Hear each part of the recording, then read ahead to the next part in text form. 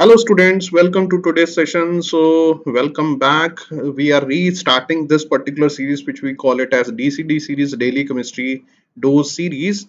In this particular series, this series is basically helpful for all those students who have already done their 11th 12th syllabi and appearing this year for JEE Mains Advanced or NEET examination. So this series basically is consisting of doubts which I used to receive from my students on daily basis. We will pick up one doubt and then we'll discuss it in length in from all length and breadth of that particular topic. So this I usually say once you have already done your syllabus, then it is better to refer to theory through the problem solving. Wherever when once you have done with your basic curriculum, then you have to pick the question and try it out and then refer to your theory. Is it okay? So this is one of the best way to get strengthened with your subject. So today, this doubt has been sent somebody from Sikkim, and this guy has asked a very beautiful question. It had been that which engages two aspects of coordination chemistry as well as biomolecules. So interdisciplinary questions are always very interesting. So I just would say just read this question by pausing the video and then uh, try it and then thereafter see into the video solution which I am passing it to you just now. So I hope you have done this question by pausing the video. So basically in this question you have to be very you have to read the question firstly very critically. What exactly is being asked in this particular question?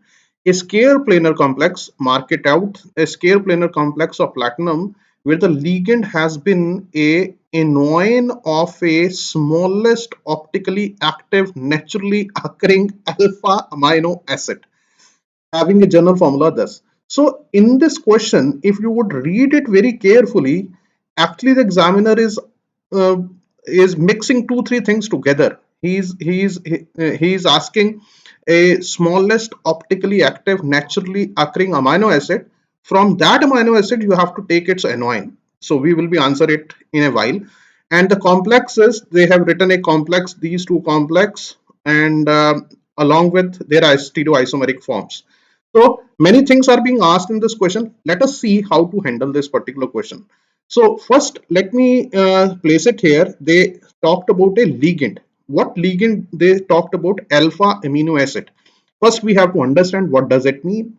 So please be attentive. Now, what basically is alpha amino acid? So this is a carboxylic acid. When it attaches to a carbon, we say that carbon has to be alpha carbon because this is the principal function group. Onto the alpha carbon, you have a amino group that is NH2. Now, to complete the covalency or tetravalency of carbon, you have to place one hydrogen, and here you would have some alkyl group.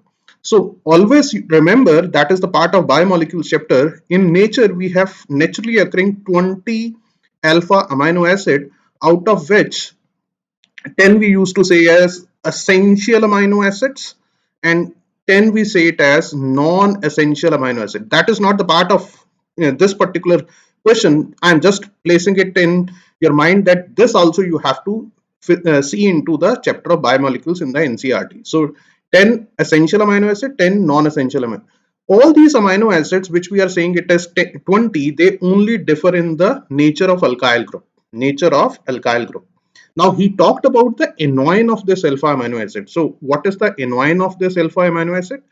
If I just would place it like this, because we know carboxylic acid is having a hydrogen which is ionizable. So if I would take out this H positive, now I am left with this particular anion. This particular anion now can be said as the ligand which is being referred in this particular question, because here you have a lone pair and here also you have a negative charge. So this could be said as to be bidentate amino acid. So let me write it like this. NH2, if I would write it like this, it would be better to say it like this. So let me NH2 CH2 and this is CO negative. So this is what you have written it as, what you call this as to be anion of alpha amino acid, where if I would say it like this, if I would say this as to be R, this is a journal form of any alpha amino acid. anion of alpha amino acid, and it's a bidentate ligand with which can be written as AB. AB means it is having two donor sites A and B which are non-identical, the nitrogen and the lone pair on the oxygen. So there are two different heteroatoms which are placing the electrons, and since it is a bidentate ligand, when it gets joined with any metal ion, it tend to form a ring-like structure. So that is why this also can be said as to be as the example of chelating ligand. Is it okay? So it could be said as to be a chelating ligand. Now we have to understand what basically they have said. Now the amino acid which they are referring to us is now we have to say if I would just place this R as H, smallest of all amino acid, if I will place this H here instead of R, so what shall I be getting then is something like this. So you have NH2 and here you have COO negative and one more H here is this. Now this is what you call it as a amino acid. If I just would write this as to be H here, this is basically we will be saying it as glycine, and if I would remove out one H positive out of it, so CH2, NH2 and CO negative, then this would be said as glycinate.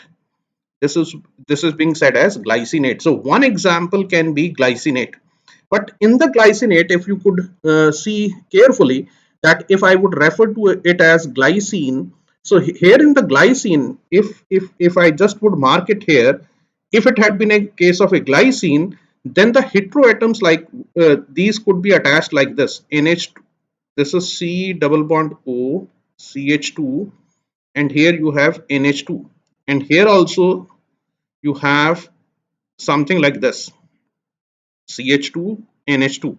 So these are the donor atoms. You can place it like this also, where I just have placed a oxygen like this, oxygen here, nitrogen here, or oxygen here or nitrogen here.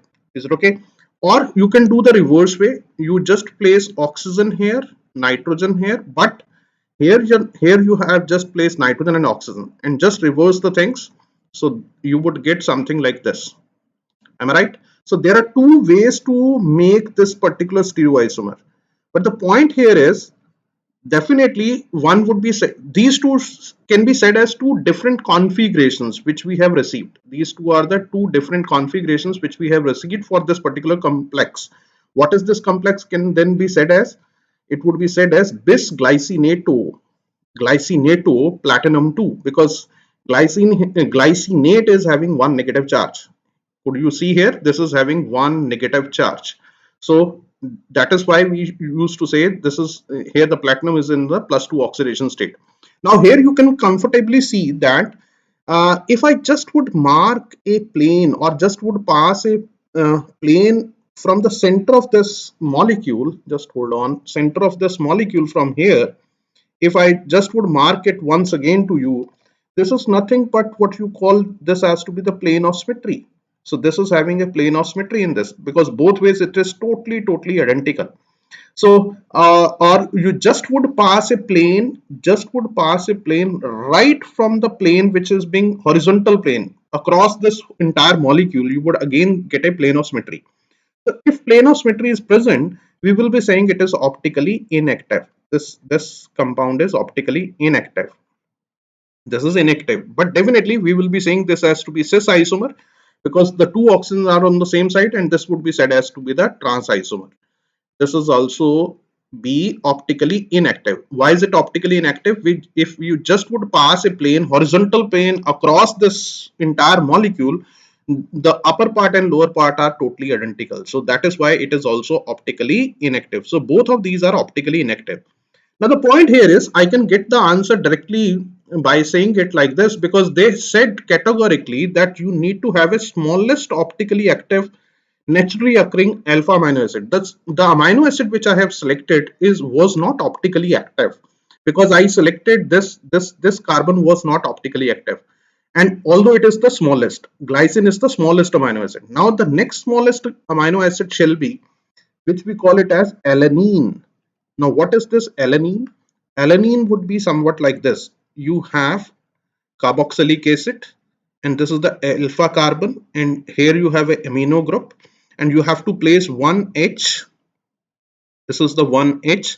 And now if I would place here smallest of next amino acid is CH3. This is called as alanine. This is called as aniline, and here you could see this carbon is chiral. Now it is optically active, and definitely if you would make its anion also, that also would be optically active. Why is it optically active? Now we have to mix it with the fact that we have to place it onto the coordination complex of the type square planar. There we have to see how many, although this particular ligand in itself would be having chiral carbon, it is having a dissymmetry, it would not be having any planosymmetry, no planosymmetry, no centrosymmetry, so it would be optically active. So if I go to market to buy this particular alanine, this would be available in the market in two forms, dextrorotatory and levorotatory, since it is also optically active. So both anion and the alanine itself is optically active. Now we have to place it onto the and then would see that what type of, how many stereoisomers do I get here. So here I just would place oxygen, nitrogen, oxygen, nitrogen. Beautiful question. Now just see, it would really enthrall you. So here you have H, and just seeing it that way, it seems like that it is exactly the same as that of glycine. But here is a difference, because in the previous question I haven't shown you this form, that this H is coming out and this is going in. Something like this I haven't shown, because both sides there are hydrogen, and if I just would pass a plane across it, the two parts got identically symmetrical. But here you have a CH3, and here also you have something like this. You have, because this particular carbon is tetrahedral, rest of the molecule is in one plane. Now this, what you call it as, this we will be saying in one context, I will be saying it as cis. Now since it is cis, and you could see that this cis isomer is definitely would be having a plane of symmetry. If I just would pass a plane from here, if I just would pass a plane from here, it is exactly going to become identical, because the two halves are totally identical. What is plane of symmetry? Plane of symmetry is an imaginary plane which, when passed to the center of the molecule, will divide into two identical halves, and that is what it is. So it is having a plane of symmetry. So it is definitely inactive. But as soon as I just would make the other way is that just see on to the comparison basis. Again the same. This, you, if I would draw it like this, you would say it is a cis isomer. Definitely it is a cis one. Nothing different about it. This also is a cis isomer. This also is a cis isomer. Now I am doing this simple trick here. Now what I did is I just have swapped the methyl and hydrogen of one side. This is hydrogen, this is methyl. But now you could have this configuration as well, isn't it? You can make it like this also. That if you would just see that I just have swapped hydrogen with methyl. This particular swapping I did. Hydrogen got replaced with methyl group. Now these two are, now this particular cis, I could see this particular cis would not be having planar symmetry. Just watch it with me. Now, if I just would pass a plane from here, it would not be optically active. It would not be having planar symmetry, because methyl and hydrogen is not going to superimpose on each other. And as well as if you just would pass a plane, the plane in such a way that it should, a horizontal plane. If I just would pass a horizontal plane like this, in which the entire sigma bonds or all of these bonds are in one plane, although I'm not able to show it very properly, but if you just would part a horizontal plane across it, there also you would see this methyl is not the same as hydrogen. It would not be identical one. So definitely this particular cis form of this particular species is not optically active, because it is not having any, no plane of symmetry. Neither do it have any center of symmetry, which I am going to explain in the next molecule. It is not having a center of symmetry as well. So that means it would be optically active. So in a way, in a small video, I am also placing it a fact that optically active compound would not be having any plane of symmetry and center of symmetry. So if it is optically active, that means this cis isomer would be available in two forms. One is the dextro form and another is the levo form. That you just have to make another mirror image of this. That would be naturally occurring form of this cis isomer? So this is a beautiful question to begin with.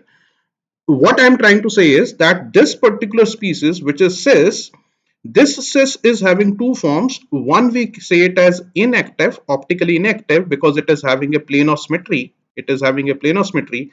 And one, I'm saying it is active because it did not have any, no planar symmetry, no central symmetry. So it is available in two forms, dextro and levo. So this in a way shows that this cis isomer would be available in nature in three forms: 1, 2, and 3. Now the reverse way. Now we have to talk about the transform. Now in the case of transform, these oxygen and hydrogen got swapped, isn't it? So now if I just would place oxygen here, nitrogen here, now this has become trans. Similarly, if I go further, here just I will place nitrogen, oxygen and nitrogen. It gets swapped. Now the same thing we have to place once again. This is C, sorry, here you have, just hold on, we would be making it like this. This is C, and here you have NH2, and this particular C again would have two forms, and here also you have C double bond O, C, and this is N, and you have this form. And similarly, if I would draw it for you, here also NH2, and this is C, this is C double bond O, and here you have this form again here. Now be attentive with me, please be attentive. You are going to see a very interesting thing here. So here you have this form. Now see here, now what we are left with is we have to place CH3 and H, and here also if I would place um, H and CH3, just stay with me. Now try to understand this fact. Here what I did is, one way of placing it like this, another way of placing it, that I just would place CH3 here, H here, and CH3 here, H here. Now we have to see this, both of these are trans. This also is a trans, this also is a trans. Now what I did is I did a swapping here. This hydrogen and methyl are being swapped in this particular case. Now we have to check what exactly is the case in this case. Now here in this particular problem, the first one which is being shown here is, here I could see in this particular form, I am able to see centrosymmetry. Centrosymmetry is available. Now, what exactly do I mean by centrosymmetry? Centrosymmetry is an imaginary line which, when passed through the center of the object in two opposite direction and meet identical groups at identical distance. And all of these, if I am saying, it is not that you have to check only one part of the molecule. Just see here with me that if I just place a imaginary line, if I start drawing it like this, at some distance I found methyl, and if I go in a opposite direction to this, I again would find a methyl here also. And this is not happening with one part, it is happening across entire molecule. If I go for the hydrogen, this side for the hydrogen, you would find hydrogen also at the equidistance from the same center in a opposite direction. So make it a point, centrosymmetry, it is not to be checked with the one part of the molecule, it is to be checked with the entirety. If I would go for NH2 here, you would find NH2 here. If you go for oxygen here, you would find oxygen here. Although the molecule has, the structure has become very complex and not beautiful, but I am able to make my point that this particular species would have a centrosymmetry. It is having centrosymmetry, so it is inactive.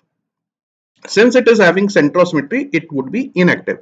Both centrosymmetry and planar symmetry, if are absent, then only it would be active. But if I would go for the next one, in the next one, it did not have no centrosymmetry. Although it seems like that here you have a centrosymmetry. If you go for this carbonyl oxygen, here also you have a carbonyl oxygen, but you would not see it for the methyl because methyl is going up, and if I go to the opposite side, you would find hydrogen here. So it would not be having centrosymmetry.